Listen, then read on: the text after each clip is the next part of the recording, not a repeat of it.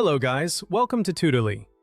So I've been exploring the ManyPets insurance for a while now, and this video is my honest and unbiased review on the same. I'll cover all the main points, from key features to risks and considerations. So by the end of this video, you'll have a better understanding of it. The goal here is to help you decide whether ManyPets is the right fit for your dog, cat, or multiple pets, especially if you want stronger cover rather than just the cheapest policy available. First, let's talk about what it offers.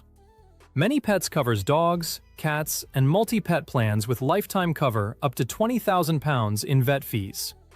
This is useful because lifetime cover can keep helping with ongoing conditions year after year, as long as you renew the policy and stay within the limits. You get one excess per year, not per condition, and optional cover for recent pre-existing issues. That can make a big difference if your pet has had a recent health problem that some insurers may not want to cover. There is also 24/7 video vet access and behavior cover on higher plans, which can be helpful for owners who want quick advice without booking a full vet appointment every time something small comes up. Now let's talk about the benefits. The single yearly excess makes costs easier to predict, especially if your pet has repeat flare-ups. For example, if your dog or cat has an ongoing skin issue, stomach problem, or joint condition, paying one yearly excess can feel simpler than paying again for every separate condition. High vet fee limits suit serious illnesses or long treatment plans, especially when scans, surgery, medication, or specialist care are involved. Money back can refund part of your premiums in claim-free years, and there are discounted perks on food, DNA tests, and preventatives, which adds real, everyday value.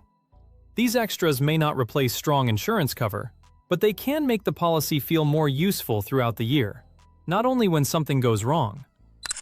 Next, let's break down the pricing. Exact premiums depend on breed, age, and postcode. But in 2026, ManyPets sits in the mid to upper range for lifetime cover in the UK. You are paying more for higher limits, pre-existing options, and flexible add-ons rather than bare-bones cover. This means it may not be the cheapest choice up front, but it could offer better value if you want broader protection and fewer surprises later. A good tip is to compare the total cover, not just the monthly price, because a cheaper policy may have lower vet fee limits, more exclusions, or fewer useful extras. That said, it's not perfect. The cheapest essential care plan has lower limits, dental only for accidents, and no behavior cover. So some owners may need to step up a tier. This matters because dental illness, behavior support, and higher treatment limits can become important as pets get older or develop ongoing needs.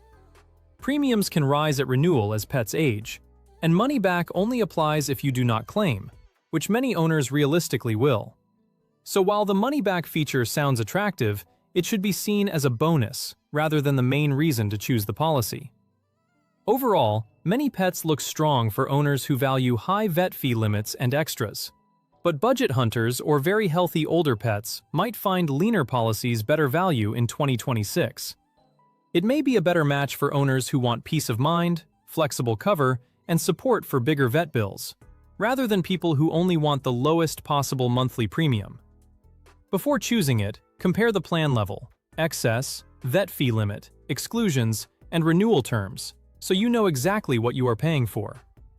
Well, that's all for this video. I hope you found this video helpful, and if you did, make sure you give this video a super thanks by clicking on the heart icon to help support the channel. And don't forget to hit the subscribe button.